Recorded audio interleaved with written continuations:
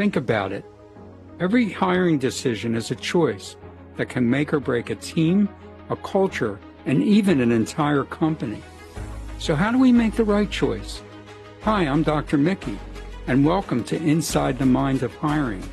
Here we'll uncover the psychology and strategy behind effective hiring. Because the right fit isn't just about skill or experience. It's about understanding people, their motivations, their strengths, and the shadows of their shortcomings. Together, we'll tackle the tough questions. How do we look beyond bias? How do we find the qualities that make people not just qualified hires, but the right hires? This is about identifying leaders who drive success, lift morale, and actualize a company's vision. Inside the Mind of Hiring starts now. Hey everyone, go ahead, Mickey. Is Mickey going to start? I'm just so excited about this upcoming episode. I just chimed right in there like a crazy person. Go ahead. Go ahead. You crack it open, Mickey. Go ahead. Okay. Hi everyone. This is Dr. Mickey Fineberg of Delta Consultants LLC, and this is my great partner and host, Dr. Pat Baccili, and nice. She's going to join me today to add value to this presentation, this discussion. And our show is Inside the Mind of Hiring, and our episode today is After the Hire, the real challenge. I love this. Right. So let me give you a little frame for this. Let's say the hiring team did their job. They did their due diligence. They sourced 3 key candidates at least. They conducted adept interviews of these candidates. They also reviewed their backgrounds, their experience, which they incorporated into great interviews. They did background checks, perhaps which included a drug screening, and all that. And they had robust discussions among each other, the hiring team, of each candidate individually and comparatively with the other candidates. And then they had a robust decision-making discussion, and they came to a consensus on a candidate. They made the candidate an offer, and the candidate accepted. Yay! But that's only a little bit of the battle. So the key question is, what can the hiring team do to ensure that the candidate is really a success in doing their job and adjusting to and meeting the cultural standards of the company? So that's actually the real battle. It really is. So first, I don't know, Dr. Pat, you have a reaction to that? Yeah, because I thought about this. And by the way, I put a job post out for a sales position. And what we're about to talk about today, I built into the approach I'm going to take with these salespeople. I'm going to do something with this new sales team that we haven't done before. I'm going to interview them differently. It's going to be a 3-interview process. The third part of the process is going to be more of a role play. And it's because of this conversation today, because you have to have, it's like growing up in the Bronx. My uncle always told me when he gave me those boxing gloves, you have to have the 1-2 punch. Now, I'm not saying to punch your candidate out. That is not what I'm saying.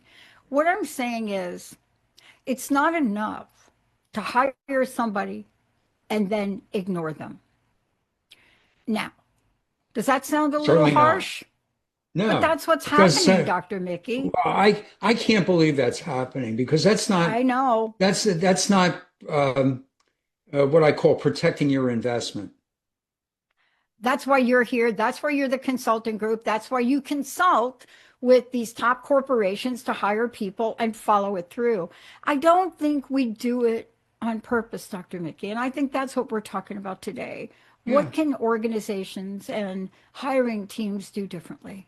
Well, let's say I'd like to move out of the business world for a second here and talk Me about too. my, yeah. And Like I'd like to play ping pong for the rest of my life, but yeah, go yeah, ahead. but I'd like to talk about my experience as a young freshman at the school that I chose, which was a small college on the eastern shore of Maryland. Now, this school went through their due diligence as well in bringing me in as a student and selecting me. Of course, they checked my high school transcript. They checked my SAT scores. They interviewed me. They reviewed my application. They had a student representative take me around campus on a visit, and I'm sure that they observed me and gave the admissions principal some input on me. And it was one of the school that it was my first choice, this college. It was one of 5 colleges or universities but I wanted a small school. But it was one of the 5 schools that I interviewed for and applied for. And I was very happy when they selected me, and I became a student there. And first couple of weeks, I discovered that I didn't pick my roommate. They assigned the guy to me, and he was really a nice guy, and I really respected him. Really different from me, but definitely a different flavor than Mickey Feinberg. But guy really kind of liked and respected, and I was enjoying my classes. I was enjoying the fraternity rushes and the open houses that the fraternities were conducting. And enjoyed meeting people and dining with them at the dining hall, and just talking to people around campus, and going to the local pubs and all that. And I was enjoying my first 2 or 3 weeks there. It was like really nice. And during the 3rd, maybe 4th week of my experience at the school, the supervisor, one of the supervisors at the freshman dorm, he was a junior at the school, a 3rd-year student, and he asked me to join him in his room. He wanted to talk to me about something, and he was like sort of an earnest fellow, kind of studenty, if I must say. Not the most ebullient kind of guy, and not really the most popular guy on campus, because I really didn't know much about him other than knowing his role and seeing him around, for brief time periods, and just being there. So the thing, I'm from Philadelphia, and I really I'm proud of my city, and I like talking about it and my experiences there. And what I had in common with this dorm supervisor is he was from Philadelphia too. And, that felt okay. So he invited me to sit down in his dorm room, and he said, Mickey, I want to tell you that you're really developing the reputation of an asshole. And then, what? Gotta love our Philadelphia people. And that kind of, like, really? So I was a little bit taken back by that. And then he started to explain why. He says, people are seeing you as really dominating conversations, always talking about yourself and your experiencing, being selfish in conversation, and not expressing much interest in others, and not asking questions. You really don't want to understand people. You're really showing off who you are, and not really getting to know the people that you're talking to. And I said, I started to think, kind of knew this about myself, that I was like over anxious about making a positive impression on people. Yeah. So I was, that's how I was expressing my fear, perhaps. And, it got me thinking about stuff like that. So, but the thing is, I really appreciated what he did. I must have been a little more mature than usual for an average freshman student. But I thanked him and shook his hand, and I said, I really appreciate what you said. I'm going to try to work on this. Mm-hmm. And he said, I hope you do, because it's really going to make a difference. So I went to my roommate first, and I said, Jim, are you seeing me this way? And he said, Mickey, in all honesty, I'm really not. So I went to two other people that I liked and respected at the dorm, and they said, Mickey, we're not getting a boatload of this from you, but we are getting hints of it, to be honest with you. How They both said, diplomatic is that? yeah, they basically said it in separate conversations. So that convinced me that this whole thing was valid. So I really decided my mission was to get stupid. That was my mission. Mickey, get stupid. And I did that. And in the process of getting stupid, I started to learn about others and express interest in them, no matter who I met and where I met them. And I just got inquisitive with people. And, but I also communicated back that I understood what they were saying. And, like had a reaction to what they were saying. So that really apparently turned things around for me. And I had a really good 4-year experience at this college, but I'll never forget the feedback that this guy gave me. Yeah, because it wasn't going to turn out that way unless you did change.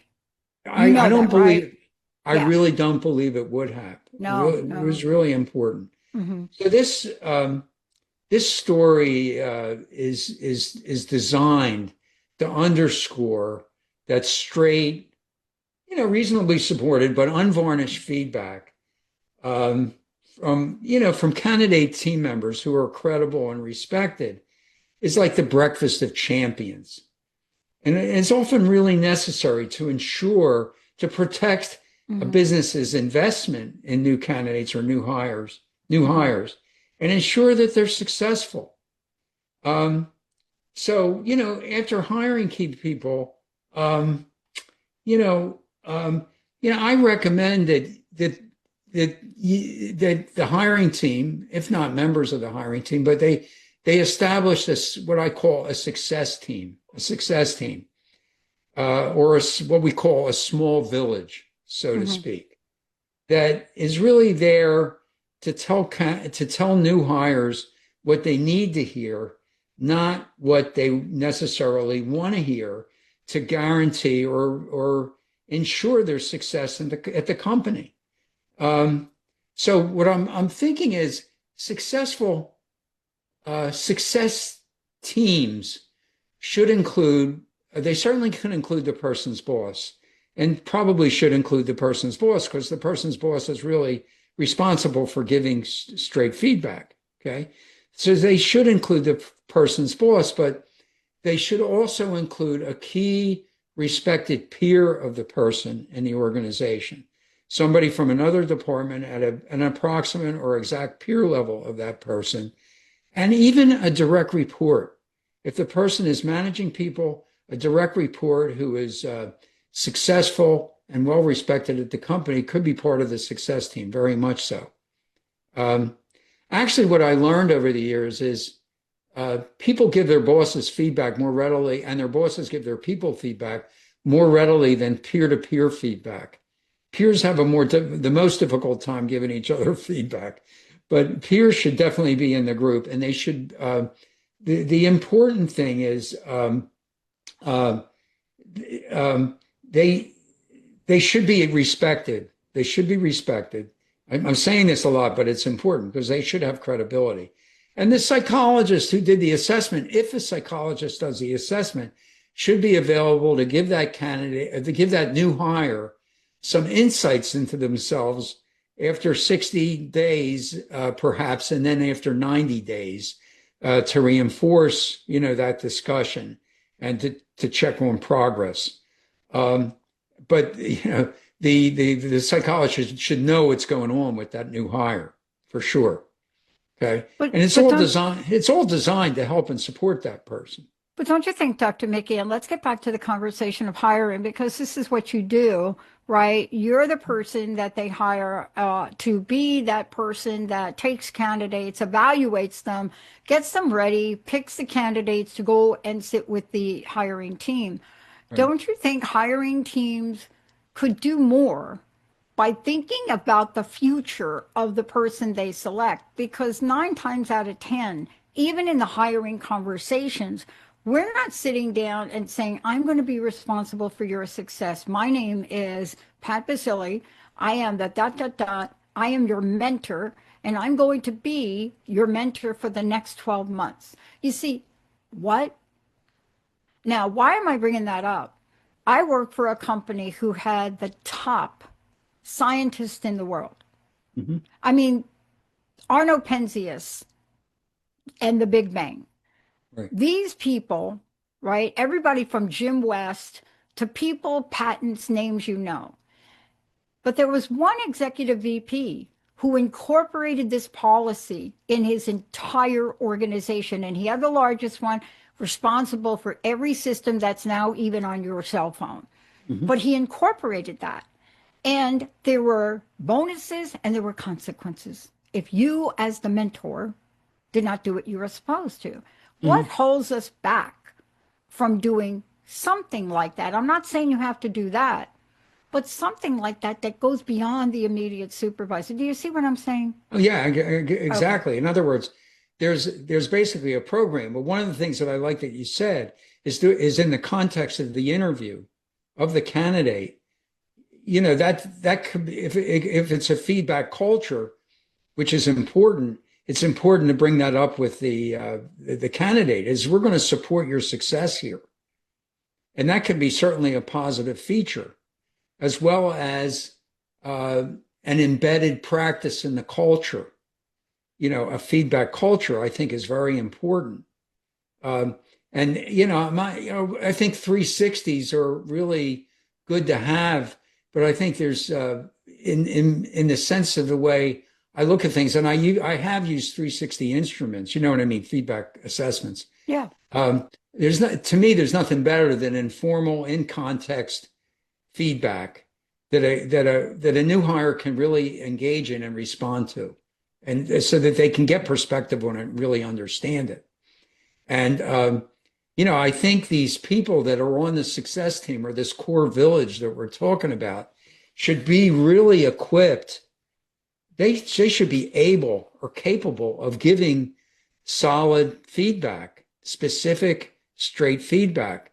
And if it's counterproductive, whether it's counterproductive or not, but I have some examples. If it's they're talking Yeah. about counterproductive stuff. They should be equipped and licensed to say what they think the impact is of that. Well, give us You some know, examples of this because I think what you're talking about, I hope it doesn't become, it's not going to be, if the companies work with you, this is not going to become a lost art. right. But in the frenzy to hire, right? What are some examples of what we're talking about from where you sit? Because you're at the end where you have to take some responsibility too, right? Oh yeah. So, but if the person is acting counterproductively, the group that's giving them feedback should be able to say to him from their own perspectives, the direct report, and the boss. It's like things like, you're causing a major morale problem here. Uh, it's unfortunate, but your tenure is really being threatened if you continue, on this course that you're on.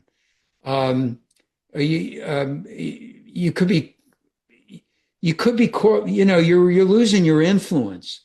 People aren't, you're not influencing anybody really. People aren't paying attention to you in a real sense. They're not.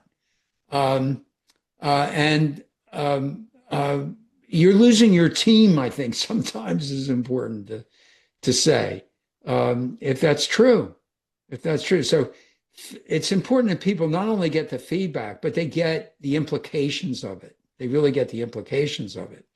And where the psychologist can be helpful is to identify underlying traits or attitudes that could be causing the counterproductive behavior. Underlying characters like what was going on with me. You're too anxious to make a positive impression. So you're distancing yourself from mistakes, or you're talking too much and not letting people into the discussions, particularly the decisions that impact them. You have a tendency to be too task focused, and you're not focusing enough on your impact on people. You're too directive and controlling. You have this in your nature. So, it's great that you can make decisions and tell people what you want to do, but you're not letting them into the decisions that impact them. They have no control or impact on that. and you're over directing them, you're hovering over them, and they're not developing a sense of confidence and independence in what they're doing. So I can get into that sphere a little bit.